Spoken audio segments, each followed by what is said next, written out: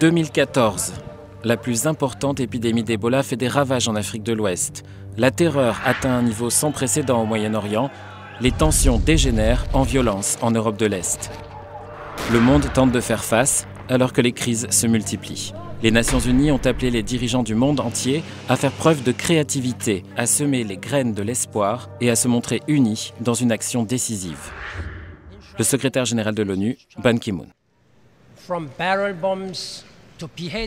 Des barils d'explosifs aux décapitations, en passant par des civils qui sont délibérément privés de nourriture et des attaques ciblant des hôpitaux, des sites protégés des Nations Unies et des convois humanitaires, les droits de l'homme et l'état de droit sont constamment violés. En Irak et en Syrie, les débordements du conflit ont déraciné plus d'1 million de personnes. Des combattants étrangers profitent du vide politique pour conquérir de larges pans du territoire, choquant le monde par leur violence extrême. Des habitants terrorisés ont pris la fuite vers les montagnes reculées de Sinjar. Des milliers de personnes ont cherché refuge à Dohuk, dans un bâtiment en construction. J'ai de la chance que ma famille n'ait pas été tuée, mais certains de mes amis proches ont perdu leur famille. Des familles entières ont disparu, tuées, exterminées. Les agences humanitaires de l'ONU ont lancé de vastes opérations pour acheminer des secours par pont aérien dans des zones reculées et dangereuses. Des financements supplémentaires sont nécessaires pour préparer les camps à un hiver rigoureux. En septembre, les dirigeants du monde ont unanimement adopté au Conseil de sécurité une résolution historique pour combattre cette nouvelle forme de terrorisme à tous les niveaux. Le président du Conseil de sécurité, Barack Obama. Les pays doivent, en particulier, prévenir et supprimer le recrutement, l'organisation, le transport ou l'équipement des combattants terroristes étrangers, ainsi que le financement de leurs déplacements et de leurs activités. L'élimination du programme d'armes chimiques de la Syrie a montré ce que le Conseil de sécurité peut faire lorsqu'il est uni dans sa détermination. Les produits chimiques les plus dangereux ont été neutralisés à bord d'un navire. L'accord a été négocié par les États-Unis et la Russie et sa mise en œuvre surveillée par l'Organisation pour l'interdiction des armes chimiques et l'ONU. La coordinatrice spéciale, Sigrid Kaag. L'important, c'est que tous les matériaux nocifs soient hors de portée, que leur destruction commence dès que possible à bord du navire américain.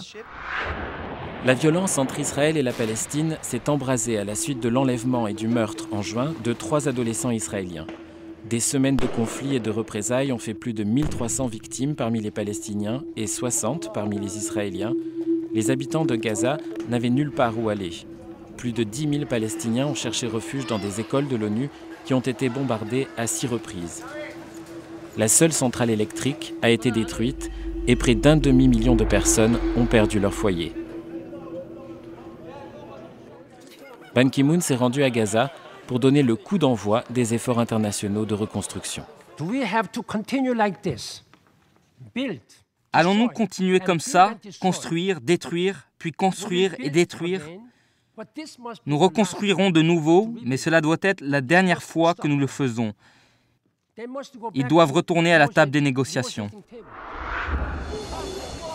En Ukraine, une crise politique interne s'est transformée en de violents affrontements dans certaines régions, prenant la dimension d'un conflit à part entière dans l'est du pays.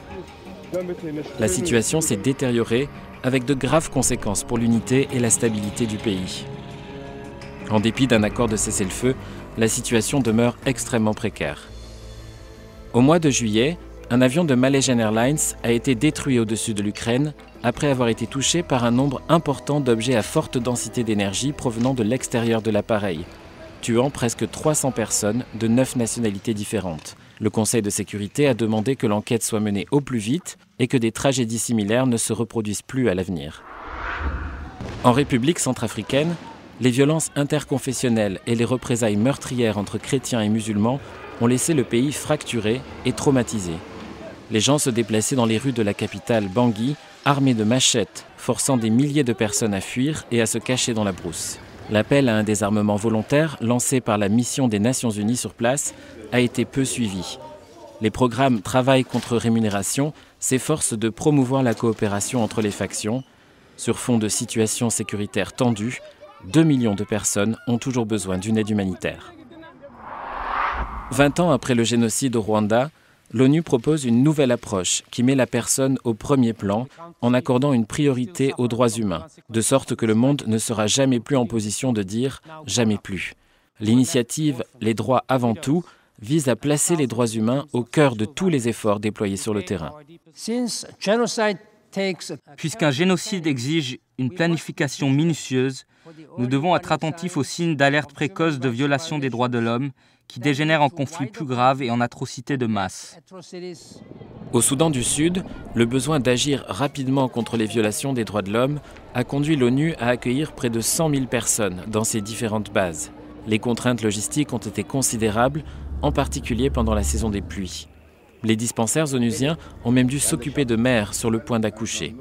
Les membres du Conseil de sécurité se sont rendus au Soudan du Sud pour exhorter les dirigeants locaux à s'engager en faveur de la réconciliation. Ils n'ont pas obtenu satisfaction. La représentante des États-Unis, Samantha Power. La cessation des hostilités a fait l'objet d'un accord. Des documents ont été signés. Mais vous savez mieux que moi que les combats se poursuivent. Des violations des droits de l'homme sont commises chaque jour et des gens continuent de mourir. En 2014, le monde compte plus de 50 millions de réfugiés, le chiffre le plus élevé depuis la fin de la Seconde Guerre mondiale et qui serait aussi celui du 26e pays le plus peuplé du monde. Les pays hôtes et les Nations Unies sont mis au défi de fournir des articles de première nécessité et de redonner espoir en l'avenir. Femmes et enfants sont souvent les plus touchés. Malala Yousafzai, prix Nobel de la paix 2014, s'est rendue dans le camp de Zaatari, en Jordanie, pour y promouvoir un meilleur accès à l'éducation pour les enfants. Ils ont tous un rêve. Certains souhaitent être médecins, d'autres ingénieurs ou journalistes. L'Afghanistan, qui demeure le deuxième pays engendrant le plus de réfugiés au monde, a tenu des élections présidentielles contestées qui se sont achevées par un accord pour former un gouvernement d'unité nationale. En temps de paix fragile, les conditions demeurent dangereuses, que ce soit pour les civils ou les casques bleus. 4 collègues des Nations Unies ont été tués dans une attaque des talibans contre un restaurant de Kaboul. À la fin du mois d'octobre, 113 casques bleus avaient perdu la vie au service de la paix dans le monde. Au Mali, un convoi a explosé sur une mine terrestre, faisant 4 victimes parmi des casques bleus. 2 autres ont été tués dans un attentat suicide. Et au Darfour, 3 casques bleus ont été tués au cours d'une attaque soudaine, alors qu'ils assuraient la protection d'un puits de forage. Deuil en Guinée. À la mort du petit Émile, personne n'imaginait que son village deviendrait l'épicentre de la pire épidémie d'Ebola jamais enregistrée. Se propageant comme un feu de forêt, la maladie a littéralement plongé la Guinée, la Sierra Leone et le Libéria dans une situation dramatique. En décembre, plus de 6000 personnes avaient trouvé la mort, les survivants étaient paralysés par la peur, l'économie et les services de santé se sont pratiquement effondrés. Lorsque les centres de soins se sont trouvés débordés, la communauté internationale a dû accélérer sa réponse. Margaret Chan, directrice de l'Organisation mondiale de la santé. C'est une crise sociale, une crise humanitaire et une menace pour la sécurité nationale qui s'étend bien au-delà des zones d'épidémie. Le Conseil de sécurité a appelé toutes les nations à entreprendre une action urgente pour lutter contre l'épidémie. La mission des Nations Unies pour l'action d'urgence contre Ebola a été déployée en l'espace de quelques jours. Une opération aérienne sans précédent a permis d'acheminer dans les pays touchés des ambulances, des dispensaires mobiles et des fournitures médicales, ainsi que des vivres pour les personnes qui ne peuvent se rendre sur les marchés ou travailler leurs champs. Des essais cliniques sur 2 vaccins sont en cours. Il s'agit d'une course contre la montre. Anthony Benbury, le chef de la mission des Nations Unies pour l'action d'urgence contre Ebola. Nous n'avons pas été en mesure de pouvoir réunir les éléments de la réponse à apporter partout où c'est nécessaire et nous constatons un impact significatif de cette situation sur de nombreuses communautés. Étendre notre emprise géographique doit être au centre de tous nos efforts à venir. Des survivants comme ça sont un signe d'espoir. Désormais immunisé, il s'est joint à la lutte contre Ebola au sein de sa propre communauté. Le soutien des donateurs internationaux se maintient, indique David Nabarro, l'envoyé spécial du secrétaire général contre Ebola. Ce qu'il y a d'extraordinaire, c'est que le monde entier se mobilise pour mettre fin à cette épidémie rapidement. Pendant ce temps, la planète repose sur une base fragile, prête à céder. Les températures relevées en 2014 en feront peut-être l'année la plus chaude jamais enregistrée. Ban Ki-moon s'est rendu au Groenland pour constater en personne l'état des glaciers arctiques. Il a demandé qu'on agisse pour enrayer la hausse de la température mondiale. À New York, 400 000 personnes, dirigeants du monde et célébrités en tête, ont défilé pour un avenir plus propre et plus vert. Il n'y a pas de plan B parce qu'il n'y a pas de planète B.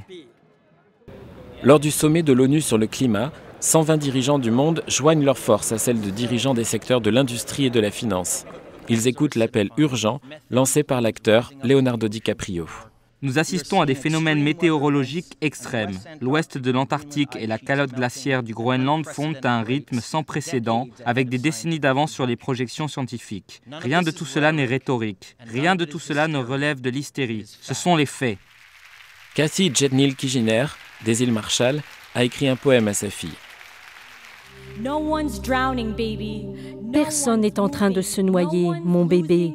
Personne n'est en train de perdre son pays.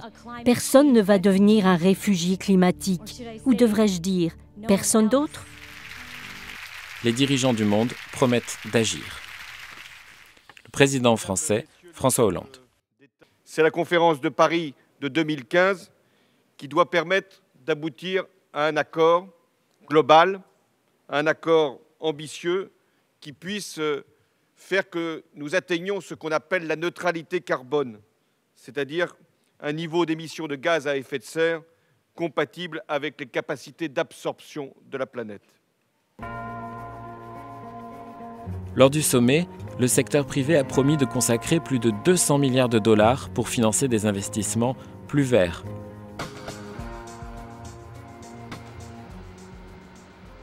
La salle de l'Assemblée générale de l'ONU a été rénovée et réaménagée pour le XXIe siècle. À la veille de son 70e anniversaire, alors que les défis se multiplient, l'ONU cherche à restaurer une unité d'objectifs parmi ses divers membres. La pauvreté, la mortalité de l'enfant et de la mortalité maternelle ont diminué de moitié. Il reste du chemin à faire, mais ces avancées et bien d'autres montrent l'effet puissant contre les objectifs du millénaire pour le développement et ce que nous pouvons faire lorsque nous unissons nos forces. Le programme de développement durable pour les 15 prochaines années est en cours de négociation. Amina J. Mohamed, conseillère spéciale du secrétaire général pour la planification du développement de l'après-2015. D'ici à 2030, nous pouvons mettre fin à la pauvreté, transformer des vies et trouver les moyens de protéger la planète. Bâtir l'avenir que nous voulons, cela veut dire mettre fin à la marginalisation des populations autochtones, comme le prévoyait la première conférence mondiale à New York. Cela veut dire une agriculture résistante au changement climatique, comme ici, à Samoa, un accès à l'énergie durable pour tous et un accès à des toilettes et aux services d'assainissement pour le milliard de personnes qui n'en disposent pas. Pour donner aux enfants un aperçu d'un avenir meilleur, l'UNICEF assure l'apprentissage en ligne des petits réfugiés privés d'école au Liban, ainsi qu'aux enfants des villages reculés du Soudan grâce à des tablettes bon marché. Les enfants ont droit à l'innovation, afin de commencer à découvrir de nouvelles solutions aux problèmes locaux et mondiaux.